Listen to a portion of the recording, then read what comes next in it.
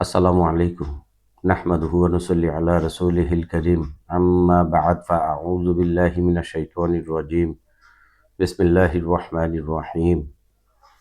প্রিয় দিনদার মা-বাবা, ভাই ও বন্ধুগণ, যাকাতের মাসআলা কোন কোন লোকদেরকে বা কোন কোন খাতে যাকাত দেয়া যায় না, যার নিকট নেসাব পরিমাণ অর্থ সম্পদ আছে, যারা সৈয়দ অর্থাৎ হাসানি, হুসাইনি, আলাবি, জাফরি ইত্যাদি। জাকাত দাতার মা, বাপ, দাদা, দাদি, পরদাদা, পরদাদি, পরনানা, পরনানি ইত্যাদি উপরের সিঁড়ি। জাকাত দাতার ছেলে, মেয়ে, নাতি, নাতনি, পোতা, পৌত্রী ইত্যাদি নিচের সিঁড়ি। জাকাত দাতার স্বামী বা স্ত্রী। অমুসলিমকে জাকাত দেয়া যায় না।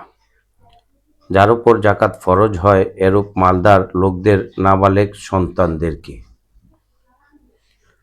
মসজিদ, মাদ্রাসা বা স্কুল, কলেজ, হাসপাতাল প্রভৃতি নির্মাণ কাজের জন্য,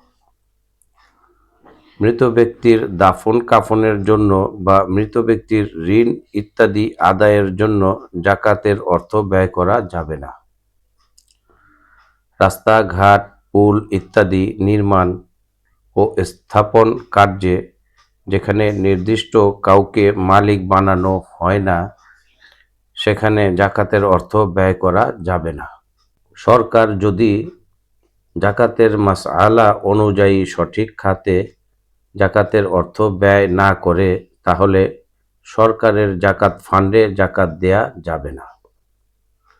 জাকাত দ্বারা মসজিদ, মাদ্রাসার স্টাফকে গরিব হলেও বেতন দেয়া যায় না।